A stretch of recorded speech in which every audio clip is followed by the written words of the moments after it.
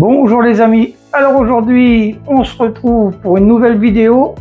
Cette fois-ci je ne vais pas vous faire une présentation de matériel, je vais essayer de vous faire voir comment moi je procède pour créer des multicouches comme vous voyez sur la table. Alors on va essayer de faire ensemble le petit stitch en 5 couches, je vais vous expliquer pas à pas comment réaliser ça. Bien évidemment il vous faudra pour réaliser ce tutoriel du MDF ou du contreplaqué, de préférence faible épaisseur, et de la peinture. Maintenant, je vous propose qu'on se retrouve tout simplement sur l'ordinateur et on voit ça tout de suite. Allez, à tout de suite. Alors, on se retrouve sur l'ordinateur. Dans un premier temps, on va regarder ce qu'on peut mettre comme image pour créer notre multicouche. Alors on voit bien que sur l'image de droite, notre stitch, il a beaucoup de reflets sur les oreilles, des reflets roses, des reflets bleus. Donc ça, c'est une image qui sera pas bonne pour réaliser le multicouche. Dans l'idéal, dans la mesure du possible, il nous faut un petit stitch ou n'importe quelle autre image avec des couleurs bien unies. C'est ce qui fera qu'on aura le moins de travail en post-traitement pour créer notre multicouche. Alors on va aller voir maintenant, on a vu ça, on va aller voir tout de suite sur Inkscape. Alors, on se retrouve sur Inkscape. On va aller dans Fichier, Importer. On va récupérer notre image du stitch, on va faire Ouvrir. Et on va faire OK. Dans un premier temps, une fois que notre image est importée, on va aller bloquer le cadenas. Ça évitera de déformer l'image quand on va la rétrécir comme je fais maintenant. Voilà. Une fois que c'est fait, on va cliquer sur notre image. On va aller sur Chemin, vectoriser un objet matriciel. On clique dessus. Sur notre droite, on va aller voir les petits onglets, on va aller sur Multicolor.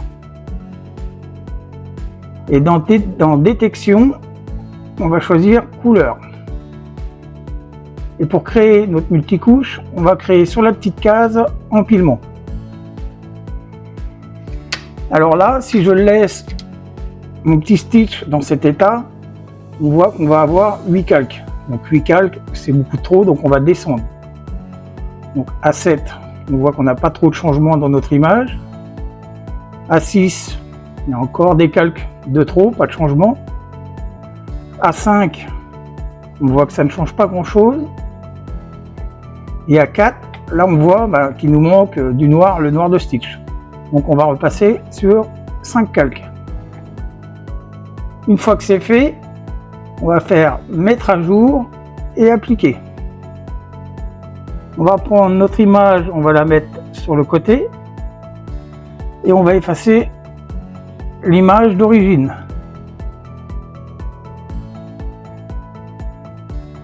Une fois que c'est fait, on va la rétrécir pour diviser nos calques. On clique 2 fois sur notre stitch, on prend une couleur en laissant le doigt appuyé sur le bouton gauche de la souris et on pousse la couleur.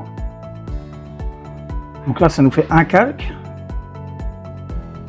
2 calques, 3 calques et 4 calques. Le 5e calque, il est ici, mais pour le moment, il est blanc, il est invisible. Donc on va le reproduire après sur Lightburn. Donc là, on le supprime. Une fois que c'est fait, on va aller sur Fichier, Exporter. Là, on va exporter notre fichier dans le dossier qui nous intéresse, nous. Donc moi, ça va être dans Tuto multicouche. Et on enregistre notre image en SVG. Une fois que ça c'est fait, on a fini avec Inkscape. On se retrouve sur Lightburn. Alors, on se retrouve sur Lightburn, donc on va aller dans Fichier, Importer, et on va tout simplement récupérer l'image qu'on a créée avec Inkscape. On va faire ouvrir. Une fois que c'est ouvert, on va faire bouton droite et on va dissocier. Une fois que c'est dissocié, pour plus de facilité au travail qu'on réalise, on va ranger nos calques dans le bon ordre. Donc là, je vais prendre le calque 5, le calque 4, le calque 3 et le calque 2. Alors on a vu que sur Inkscape, on avait 5 calques. Là, actuellement, il nous manque le fond.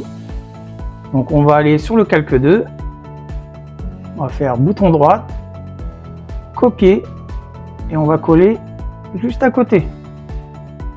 Donc on voit tout simplement que quand je zoome, si je coupe dans cet état-là, l'œil de droite, la bouche et les petites rides, ils vont tomber du calque. Donc il faudra les recoller sur les calques appropriés. Pour faciliter la remise en place, moi je les grave, ce qui permettra de recoller l'œil, la bouche et les rides au bon endroit. Donc pour ça, rien de compliqué. On va prendre le calque 5, on va faire bouton droit, copier. On va venir coller notre calque. Et le but du jeu, c'est de venir le superposer. Une fois que c'est fait, on va prendre les deux rides et on va le mettre en calque rouge. Là, on va faire disparaître provisoirement le calque bleu et le calque rouge et on va supprimer le calque qu'on est venu coller sur le calque 4. On raffiche nos deux calques et en rouge, ça sera en mode gravé. Donc là, la même chose. Sur le calque 2, il faudra venir coller l'œil droit. Donc on va prendre le calque 3, on va faire le même procédé, on va faire bouton droit, copier et on va venir coller. Là, on va venir superposer sur le calque. Là, on a besoin de récupérer l'œil, donc on va le mettre en rouge. Et on a besoin de récupérer la bouche, on va mettre aussi en rouge. Là, on va enlever, comme tout à l'heure, le calque rouge et on va enlever le calque bleu. Il nous reste plus qu'à supprimer le calque qu'on est venu coller provisoirement. Il nous restera à réafficher l'ensemble des calques. Et là, nos 5 calques sont prêts à être gravés. Alors pour leur dimensionner à la taille qu'on a besoin, on ne fait pas ça. Sinon, ça sera impossible de remettre les calques à la même taille. Une fois que c'est fait, on sélectionne l'ensemble. On agrandit à la taille qu'on a besoin. Donc là, on va dire que c'est la taille qui me convient.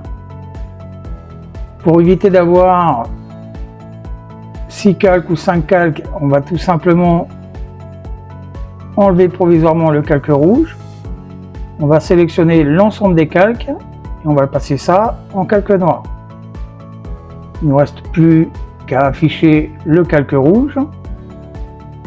Donc là, il faudra mettre sur le calque noir vos paramètres de coupe et en calque rouge le paramètre de tracé, puisque le calque rouge va nous servir à remettre toutes les petites pièces comme l'œil, la bouche et les petites rides du nez. Voilà, j'espère que mes explications ont été claires et on se retrouve juste après le petit timelapse.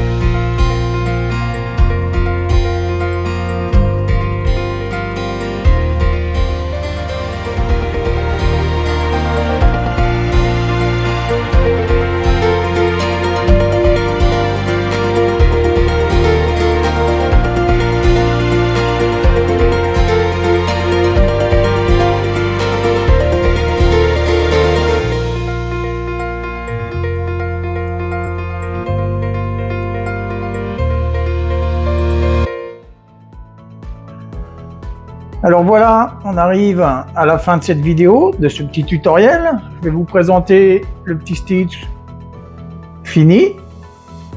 Voilà ce que ça donne. Je vous mettrai en description le lien pour télécharger Inkscape. Si vous avez aimé ce petit tutoriel, n'hésitez pas à mettre un petit pouce. Et puis moi je vous dis à la prochaine et bien bye bye.